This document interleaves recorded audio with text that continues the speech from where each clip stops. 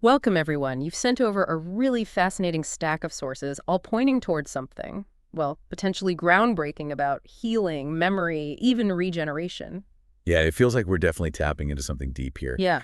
The common thread seems to be this idea of cell memory, but looked at through this light geometry bioelectricity lens. Right. So this deep dive is kind of our way to shortcut you, the listener, to the core of these, frankly, pretty mind-bending ideas that might really change how we see biology. It's a big shift from the standard view, isn't it? Yeah. Memory just being squishy stuff in the brain. Totally. These sources are suggesting it's much more fundamental, like down to the cells themselves, or maybe even the field around them. Exactly. And that flatworm example in one of the pieces it stops you in your tracks, regrowing its entire brain without a brain to tell it how. That really makes you think, doesn't it? It really does. Okay, so let's dive into that cell memory. When we say memory, people usually think, remembering your keys or a holiday. That's not quite it, is it? No, not cognitive memory. It's more like Hmm. a cell knowing its job, knowing it's a liver cell or a skin cell where it belongs in the body, its shape, and how tissues know how to, well, rebuild themselves. A kind of cellular identity. Yeah, exactly. A sense of self, but at the cellular level. And one source really tried to boil it down, didn't it? Something like memory equals pattern in geometry plus the bioelectric field. That's the one. Super concise.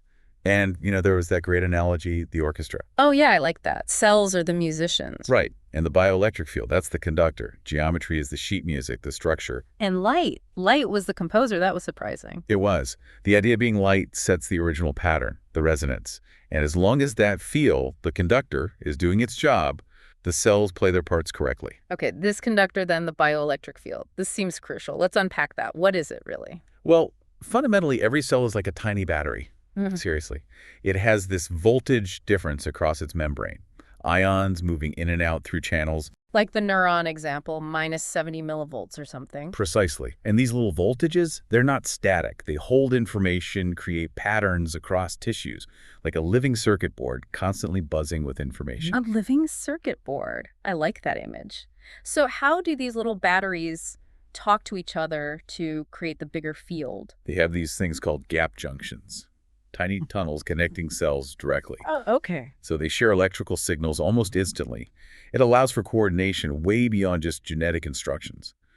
The field itself gives broader commands. Back to the orchestra, the conductor telling everyone when to come in. Exactly that. And this isn't just a theory, is it? I mean, the Michael Levin stuff you shared is pretty compelling, manipulating these fields to change physical development. Oh, absolutely. His work is, well, it's paradigm shifting, showing you can get frogs to grow limbs or even a head where it shouldn't be, just by tweaking ion flows. Without changing the genes at all. Without touching the DNA. It's purely manipulating the bioelectric instructions. Wow. So that strongly suggests cells do have this memory, this blueprint of what a limb is supposed to be, and bioelectricity unlocks it. That's the idea, and one source calls this memory bioelectric geometry. Bioelectric geometry. Okay. So it's the patterns of charge, the voltage gradients forming geometric shapes across the tissue, not just neurons firing, but structure, flow, charge, all working together. Which brings us to light and geometry themselves, because the sources talk about light in a way that's, well, bigger than just sunlight or light bulbs. Right. It asks, what is light, really? And the answer seems to be it's more than photons. It's a fundamental pattern, the ordering principle behind reality, even if there are no visible photons around. Like the tree growing in the dark example, it still follows these geometric rules. Exactly. That shows light, in this broader sense, means coherence, information, the geometry itself, resonance. It's an internal organizing principle. Like when you remember a sunset vividly, you're accessing the pattern of light, not actual photons hitting your retina right now. Okay. So practices like photobiomodulation, using light for healing. It's not just pumping energy in. Not primarily, no. It's more like using specific light frequencies or patterns to unlock the potential already there. To remind the system how to be coherent, how to heal itself, the light is like a key. So light here means maybe three things. Actual photons, the wider electromagnetic spectrum, and this deeper information coherence field. The structure itself. That's a good way to put it. It's the language of form and healing, regeneration. It's about restoring that light-created pattern, the inherent geometry. Okay, let's try and tie this together. Bioelectricity, geometry, light. How do they interact to create the cell memory? Well, think of bioelectricity as the living light inside us, as one source puts it. Cells are these tiny electrical machines, right? Sending signals, holding charge. Through the ion channels, the membrane potential, the gap junctions, the network. Exactly. That whole network, orchestrated by the bioelectric field, guides growth, memory, regeneration. Like Levin's work shows so powerfully. And this electrical activity isn't random. It follows the geometry. Precisely. The bioelectric field shapes itself according to the underlying geometry, the spatial patterns. And crucially, it seems to hold the signature of light, the pattern, even without ongoing light input. Ah, so that's how cells know how to build a body in the dark or what to rebuild after an injury. The pattern persists in the field. That seems to be the core idea. The geometric blueprint carried by the bioelectric field remains. So if healing goes wrong or regeneration fails, it's because that pattern got scrambled. The field is distorted. Yes, trauma, illness, they can disrupt the field. Cells kind of forget their place or function. So healing becomes about retuning that pattern. Which is where things like electroceuticals, light therapy, magnetic fields come in. Exactly. There are ways to potentially repattern the field, restore coherence. It's all about communication, really. Communication through fields, electrical, magnetic, vibrational. And memories at this level are patterns in those fields. Healing is repatterning. Simple, but profound. Let's dig into the bioelectric field itself a bit more. What does it actually look like in the body? Is it like wires? No, not like wires. It's more subtle. Think of patterns of voltage across tissues. Tiny differences from cell to cell create these electric gradients. And those gradients, altogether, make up the field. An informational energy field, almost. You could say that it permeates everything. And what generates it? You mentioned ion channels. Ion channels, yes. And the gap junctions for communication. Pumps, like the sodium-potassium pump, are constantly working to maintain the ion differences. And the cell membrane itself acts like a capacitor, storing charge. So each cell's membrane voltage is like a tiny bit of information. Kind of, yeah. And trillions of those bits make up our bioelectric software, as one source put it. When does this field really matter most? It's always there, maintaining things, but it's absolutely critical during, say, embryo development. It's the first draft of the body plan. And healing, obviously. Definitely healing. And regeneration, as we saw with Levin. Maybe even cancer prevention disruptions might allow uncontrolled growth. And brain function, of course, but it's much broader than just the brain. So it's like a layer beneath biochemistry? That's a great way to think of it. The pre-language of biology, one source called it, the instructions that biochemistry follows. And it's unique to each person, affected by, well, everything. Seems so. Structure, injuries, nutrition, environment, maybe even thoughts. And, yeah, the idea that distortions could show up before physical symptoms.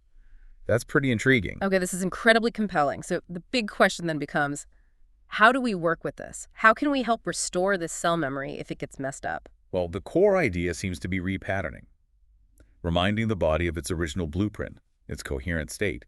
And there are a few main avenues emerging. Light has to be one, right, given its role. Absolutely. But not just any light. The focus is on structured, resonant light. Coherent light may be patterned. Like the near-infrared in photobiomodulation. Yes, PBM is a key example. Activating mitochondria, clearing inflammation, stimulating stem cells. Yeah. But also exploring things like light projected through sacred geometry patterns, or pulsed light matching Fibonacci sequences, or the golden ratio, using light to carry specific geometric information. Wow. Okay. And the bioelectric side, can we directly tweak the fields? That's the cutting edge. Devices that can actually map tissue voltages, find the distortions, and then apply custom electric fields to sort of nudge them back into the right shape. Building on Levin's work, but maybe more targeted? Potentially, yeah. And maybe integrating that with the geometric light patterns, too. It's all converging. Are there other ways? Maybe less high-tech? Definitely. The sources talk about memory and training protocols. Combining things. Like what?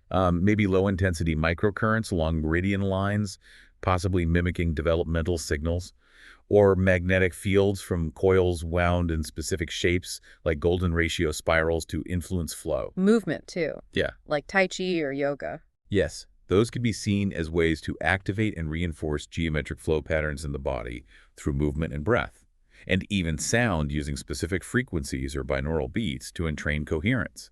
It's all about body geometry retuning, helping the cell find its map again. So many different angles. Are there concrete examples of how this might look in practice? Yeah, the sources gave a few interesting ones. For neuroregeneration, think brain injury, cognitive decline. Okay. The idea is mapping the affected brain areas, then using targeted pulsed light or microcurrent to sort of reteach the neurons their optimal patterns, maybe adding ketones for fuel, red light for mitochondria, low voltage PEMF. A whole package. Yeah. Mm-hmm. And even using internal visualization, like imagining geometric light patterns to reinforce coherence from the inside out. What about physical stuff like joints or back pain? For that, maybe microcurrent coils shaped like a flower of life or spirals placed over the area, combined with movement therapy or fascia work to reset the physical tension patterns, maybe adding structured water or magnetic fields to support the energy shift. And just for general well-being, boosting energy. Simpler things, like getting some morning sunlight, maybe letting it filter through leaves for those fractal patterns.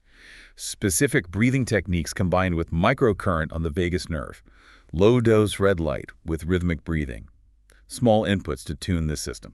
So why does this work? What's the basic mechanism making this effective? The key takeaway seems to be, it's not about forcing something or just adding raw energy. It's about unlocking the memory that's already there but blocked. Restoring the electrical score, you could say. So the cells remember what to do. Exactly. Healing becomes this natural return to form. It can even feel kind of effortless because geometry naturally wants to be harmonious. You're just reminding nature, not fighting it. So for you listening, the big picture here from these sources is this incredible link between light, geometry, and bioelectricity. It seems like a fundamental language of life itself, governing memory and healing right down at the cell level. Absolutely. And it really makes you think differently about your own body, doesn't it? About its built-in ability to repair, to remember its healthy state. Yeah.